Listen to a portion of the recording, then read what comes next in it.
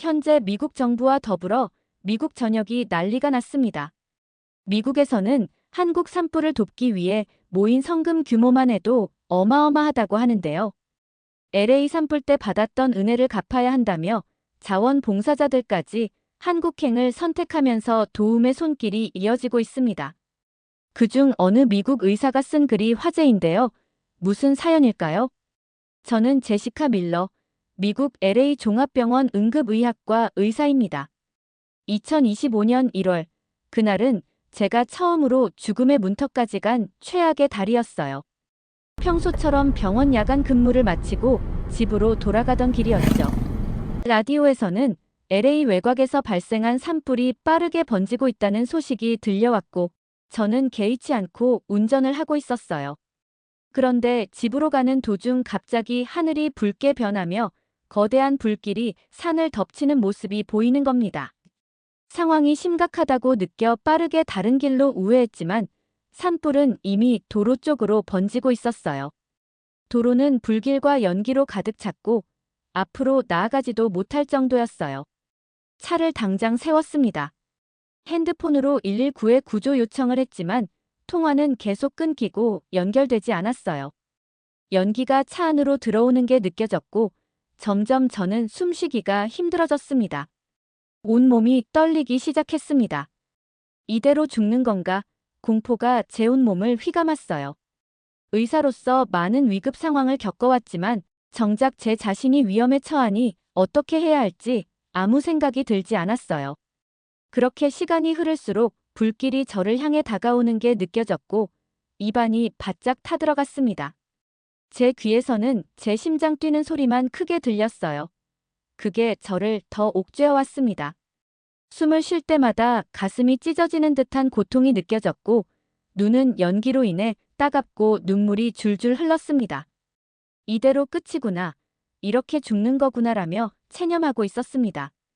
그때 불길 사이로 몇 명의 사람들이 제 차를 향해 달려오고 있는 것이 흐리게 보였습니다. 마스크를 쓰고 방화복 같은 것을 입은 사람들이었어요. 차 문을 열더니 한 청년이 외쳤습니다. 정신 차리세요. 저희가 구해드릴게요. 일단 이 마스크 쓰고 호흡부터 하세요. 정신이 혼미해지는 와중에도 그의 목소리만 듣고도 한국인인 걸 알아차릴 수 있었어요. 한국어 억양이 강하게 느껴지는 영어였거든요. 청년들 중에 한 명이 저를 업고 안전한 곳으로 데려가줬습니다. 제가 나오자마자 제 차는 불길에 휩싸여 폭발했습니다. 진짜 간발의 차이였어요. 정말 무서웠습니다. 어디가 안 좋으세요? 괜찮으세요? 저를 구한 청년은 정신을 차리게 하려고 계속 저에게 일부러 질문을 더했습니다. 그의 질문에는 한국인 특유의 다정하고 따뜻한 마음이 담겨 있었어요. 연기를 많이 마셔 말을 제대로 하지는 못했지만 그들의 눈빛에서 진심 어린 걱정을 느꼈어요. 그들은 LA에 유학 온 한국 대학생들로 구성된 코리안 타이거즈라는 자원봉사단이었어요. 산불 소식을 듣고 즉시 위험 지역으로 달려와 고립된 사람들을 구조하고 다녔던 거예요. 저는 처음으로 그날 한국인들의 희생 정신을 느꼈습니다. 자신들도 위험한 상황인데 낯선 사람들을 구하기 위해 불길 속으로 뛰어들던 그들의 용기는 제 마음을 한순간에 매료시켰습니다. 그날 그렇게 정신이 없는 와중에도 저는 다짐했습니다. 이 은혜는 꼭 갚아야겠다고 말이에요. 한국 학생들은 저를 LA 한인회가 운영하는 K95 센터로 데려가 주었습니다. 처음 그곳에 도착했을 때는 마치 작은 병원 같은 구호센터를 보고 아주 놀랐습니다.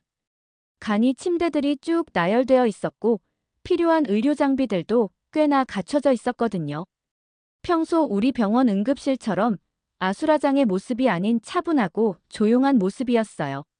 모두가 자기 역할을 위해 움직이는 모습들이 인상적이었어요. 밀러 선생님, 저희가 최선을 다해 도와드리겠습니다.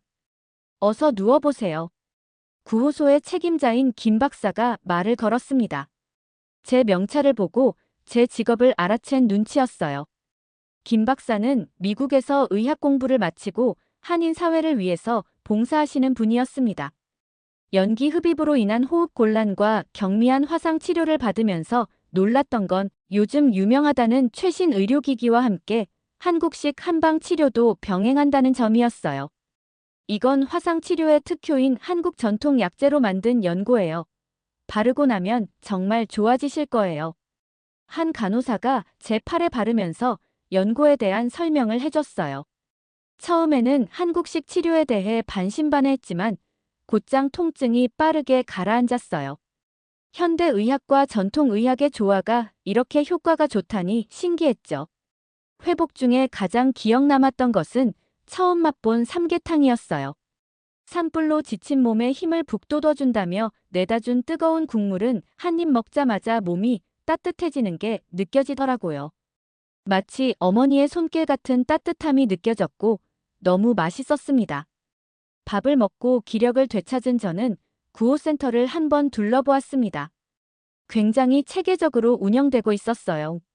피해자 현황판, 실시간 산불 확산지도, 심지어 심리 상담실까지 있더라고요.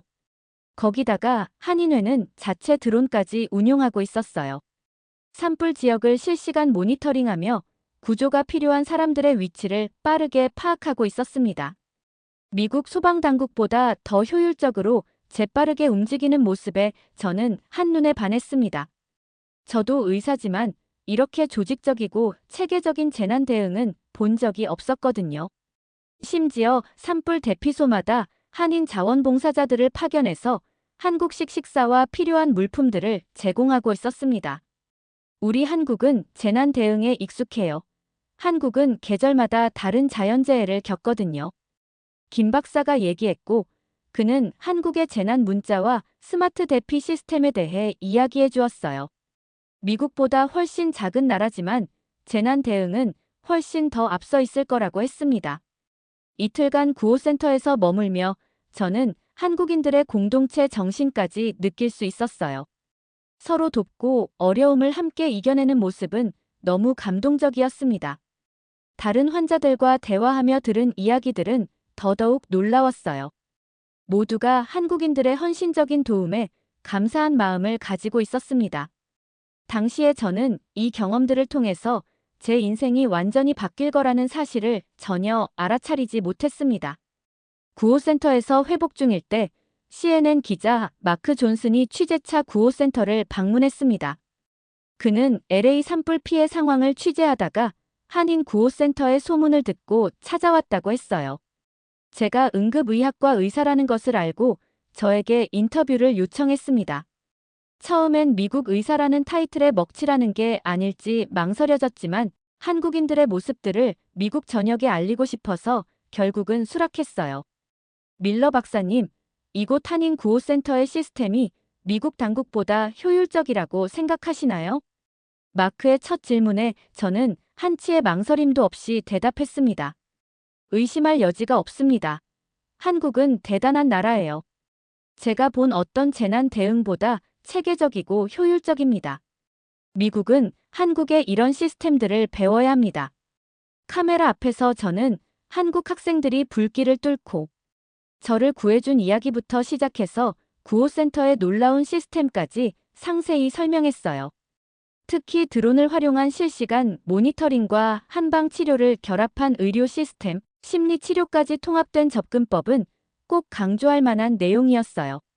미국의 재난 대응 시스템이 배워야 할 부분들이 많다고 생각했으니까요.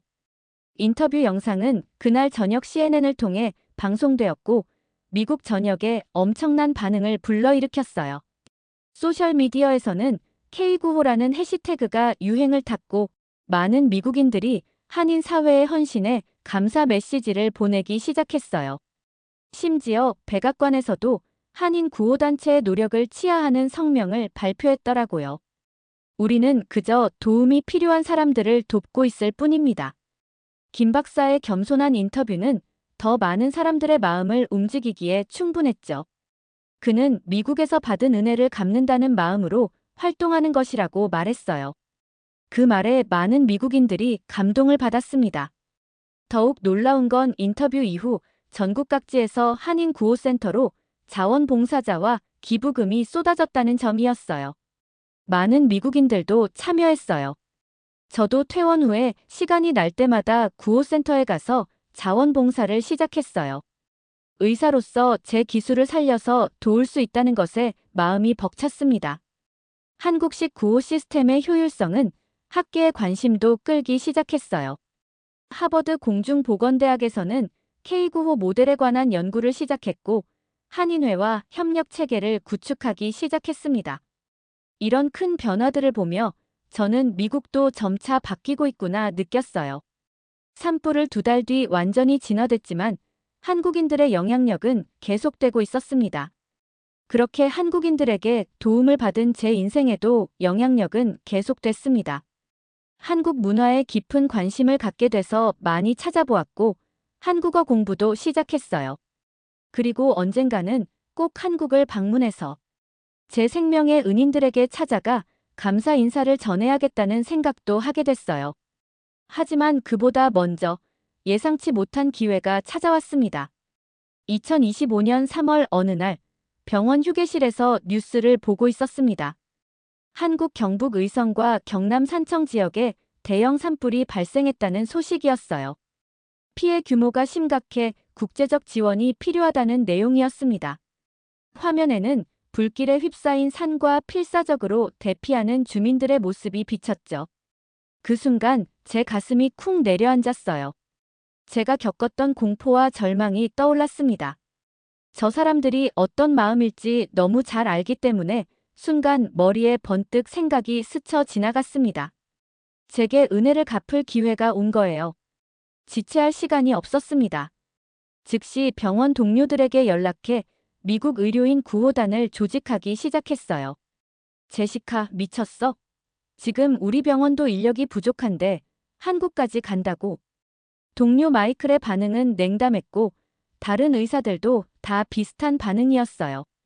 하지만 그들의 반응은 제게 중요치 않았습니다.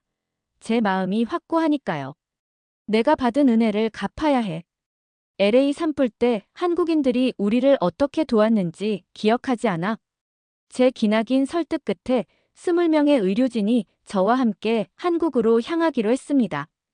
휴가를 내고 자비로 비행기 티켓을 예매했어요. 병원장에게 사정을 설명하자 좋은 일이라며 흔쾌하게 지원을 약속해 주셨어요. 전 그 말에 용기를 얻었고 당장 한국으로 갈 준비를 했습니다. 출발 전날 LA 한인회를 방문했습니다. 지난 산불 때 저를 도왔던 코리안 타이거즈 학생들도 만났어요. 그들에게 한국행 계획을 이야기하자 감사하다며 모두 감동했습니다. 고향에 계신 우리 가족들이 걱정됐는데 박사님이 도와주러 가신다니 너무 감사하네요. 제가 구조됐던 그날처럼 그들의 눈에서 진심이 느껴졌어요. 한인회에서는 한국 재난당국과 연락할 수 있도록 도와주었고 간단한 한국어 표현도 가르쳐줬습니다. 감사합니다.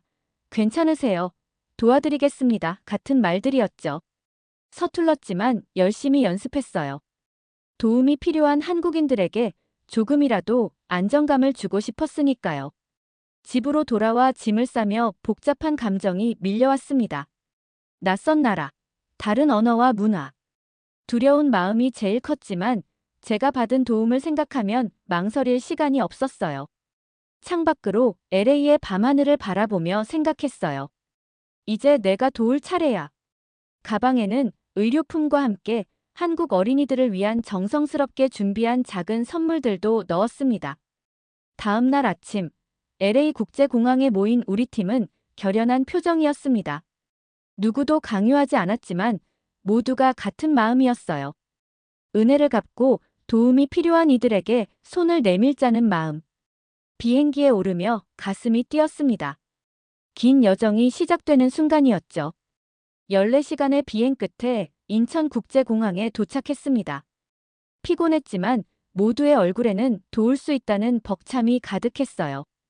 출국장을 나서자 놀라운 광경이 펼쳐졌습니다. 한국 재난당국 관계자들이 우리를 맞이하고 있었고 심지어 현지 기자들도 대기하고 있었죠. 우리 소식이 미리 알려진 모양이었어요. 밀러 박사님, 멀리서 와주셔서 감사합니다. 재난당국 김 국장이 유창한 영어로 인사했습니다. 우리는 준비해온 한국어 현수막을 펼쳤어요. 한국의 빚을 갚으러 왔습니다. 조금이나마 도움이 될 수 있으면 좋겠습니다. 서툴게 읽은 한국어 인사에 공항에 있던 모든 사람들이 박수를 쳤습니다. 기자들의 질문이 쏟아졌어요. 미국 의사들이 자발적으로 한국에 온 이유가 무엇인가요? 제가 대표로 대답했습니다. 지난 1월 LA 산불 때 한국인들이 보여준 희생과 사랑에 깊은 감동을 받았습니다. 이제 우리가 그 은혜를 갚을 차례입니다. 그 장면은 실시간으로 한국 방송에 중계되었다고 합니다. 공항에서 곧바로 버스를 타고 경북 의성으로 향했습니다. 창밖으로 보이는 한국의 풍경이 신기했어요. 도로는 깨끗했고 시골임에도 첨단 시설들이 곳곳에 눈에 띄었죠. 버스 안에서 브리핑을 받으며 놀랐습니다. 한국의 재난 대응 시스템은 미국보다 훨씬 체계적이었어요. 현재 산불 진화율은 40%입니다. 의성군 임시의료소에는 연기 흡입 환자 84명, 화상 환자 23명이 있습니다. 김 국장의 설명은 데이터에 기반해서 명확했어요. 미국에서도 보기 드문 수준의 체계성이었죠. 더 놀라운 건 모든 정보가 실시간으로 업데이트되는 태블릿을 각자 지급받았다는 점이었어요. 의성에 도착하자 재난통제본부에서 우리를 효율적으로 배치했습니다. 각자의 전문 분야에 맞게 임무가 주어졌죠. 현장에 도착하자마자 일할 수 있도록 모든 준비가 되어 있었어요. 이런 신속함과 체계성에 우리 모두 감탄했습니다. 우와, 이게 한국의 위기관리 시스템이구나. 동료 의사 에밀리가 중얼거렸어요. 미국에서는 재난 현장에 도착해도 혼란스러운 경우가 많은데 이곳은 달랐습니다. 마치 정교한 시계처럼 모든 것이 맞물려 돌아가고 있었죠. 첫날부터 쉴 틈 없이 환자들을 보았습니다. 언어는 통하지 않았지만 현지 의료진들과 손짓 발짓으로 소통했어요. 놀랍게도 많은 한국 의사들이 영어를 꽤 잘했습니다. 환자들은 미국에서 온 의사들에게 고마움을 표현했고 우리는 준비해온 한국어로 괜찮으세요? 라고 물었죠. 서툰 발음에도 환자들은 미소를 지었습니다. 첫날 일과를 마치고 숙소로 돌아오면서 생각했어요. 제가 LA에서 받은 도움만큼 보답할 수 있을까? 하지만 그건 시작에 불과했습니다. 진짜 시험은 다음 날 찾아왔죠. 이튿날 아침, 긴급 상황이 발생했습니다. 산불이 다시 번져 의성군 외곽의 한 마을이 고립됐다는 소식이었어요. 특히 한 독거 할머니가 집에 갇혀 있다는 제보가 들어왔습니다. 구조대가 출동했지만 길이 막혀 접근이 어렵다고 했죠. 그쪽은 너무 위험합니다. 전문 소방대원들이 도착할 때까지 기다려야 해요. 김 국장이 말했습니다. 하지만 저는 망설이지 않았어요. LA에서 한국 학생들이 저를 구하기 위해 불길 속으로 뛰어들었던 모습이 떠올랐습니다. 제가 의사이고 응급구조 훈련도 받았어요. 가야 합니다. 반대를 무릅쓰고 구급차를 타고 현장으로 향했습니다. 길이 막혀 더 이상 차가 갈 수 없는 지점에서 내려 걸어가기 시작했어요. 주변은 이미 연기로 가득했습니다. 목에 수건을 두르고 마스크를 쓴 채 할머니 집을 찾아 나섰죠. 심장이 미친 듯이 뛰었습니다. 공포도 있었지만 누군가를 구해야 한다는 사명감이 더 컸어요. 드디어 할머니 집을 발견했습니다. 불길이 가까이 다가오고 있었어요. 문을 두드리며 외쳤습니다. 안에 계세요?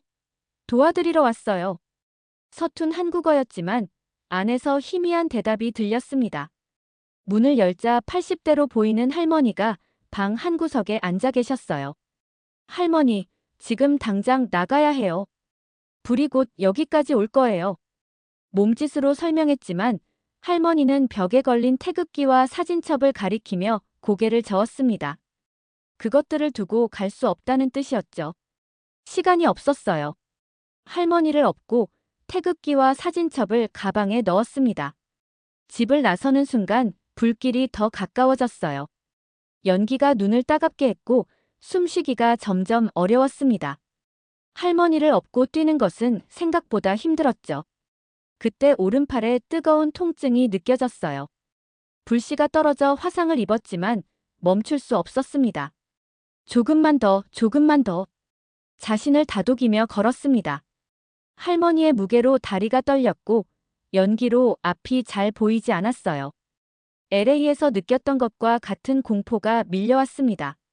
하지만 이번엔 제가 구해야 할 사람이 있었죠. 마침내 구조대와 만났을 때 저는 거의 탈진 상태였습니다. 할머니는 안전하게 구급차로 옮겨졌고 저도 치료를 받았어요. 팔의 화상은 꽤 심했지만 할머니와 소중한 물건들을 구한 사실에 기뻤습니다. 그때는 몰랐어요. 그 태극기와 사진첩에 어떤 이야기가 담겨 있는지. 저는 그렇게 바로 병원으로 치료를 받으러 갔고 아팠지만 후회는 없었습니다. 드디어 제가 받은 은혜를 조금이나마 갚을 수 있었으니까요. 이틀 후 할머니가 계신 병실을 찾았습니다. 다행히 연기 흡입 증상은 크게 심각하지 않았고 빠르게 회복 중이셨어요. 할머니 옆에는 제가 구해온 태극기와 사진첩이 놓여 있었습니다. 병실에 들어서자 할머니는 제 얼굴을 보고 눈물을 흘리셨어요. 고맙습니다. 살려주셔서 감사해요, 선생님. 할머니의 주름진 손이 제 화상 입은 팔을 조심스레 만졌습니다. 통역사를 통해 대화가 시작됐어요.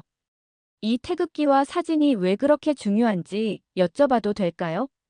할머니는 사진첩을 조심스럽게 넘기기 시작했습니다. 놀랍게도 사진첩 첫 페이지에는 한국 전쟁 당시 미군 의료진과 찍은 젊은 할머니의 모습이 있었어요. 할머니께서 6.25 전쟁 때 미군 야전병원에서 간호조무사로 일하셨대요. 통역사가 설명했습니다. 할머니는 당시 부상당한 한국군 병사였던 할아버지를 그곳에서 만나 결혼하셨다고 해요. 미국 간호장교 메리가 저를 많이 도와주었어요. 덕분에 남편도 살았고 간호기술도 배웠지요. 할머니의 말을 통역사가 전해주었습니다. 태극기는 할아버지가 군 복무 시절 들고 다니던 것이었고 작년에 돌아가시기 전 할머니에게 꼭 지키라고 당부하셨다고 해요. 70년 전 미국인이 우리 가족을 구해줬는데 이제 또 다른 미국인이 나를 구해줬네요. 할머니가 웃으며 말씀하셨습니다. 그 말을 들으니 왠지 모를 감동이 밀려왔어요. 70년의 시간을 뛰어넘어 이어진 인연이라니 너무 놀라웠습니다. 할머니는 사진첩 속 다른 사진들도 보여주셨어요. 메리 간호장교와 찍은 사진, 그 후 가족과 찍은 사진들이 있었습니다. 할머니가 보여주신 마지막 사진은 한국전 참전 용사 기념비 앞에서 찍은 할아버지의 모습이었어요.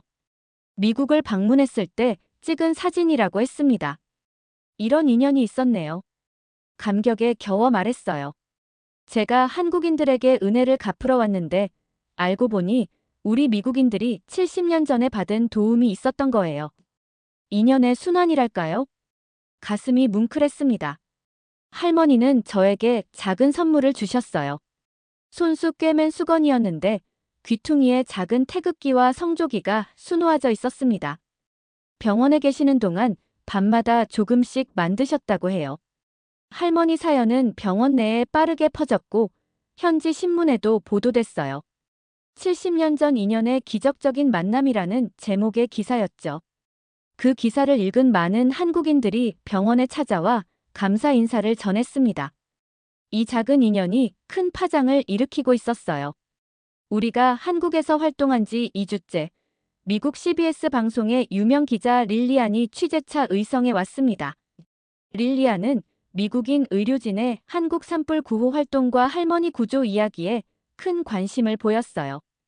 특히 한국의 재난 대응 시스템이 어떻게 작동하는지 집중 취재하고 싶다고 했습니다.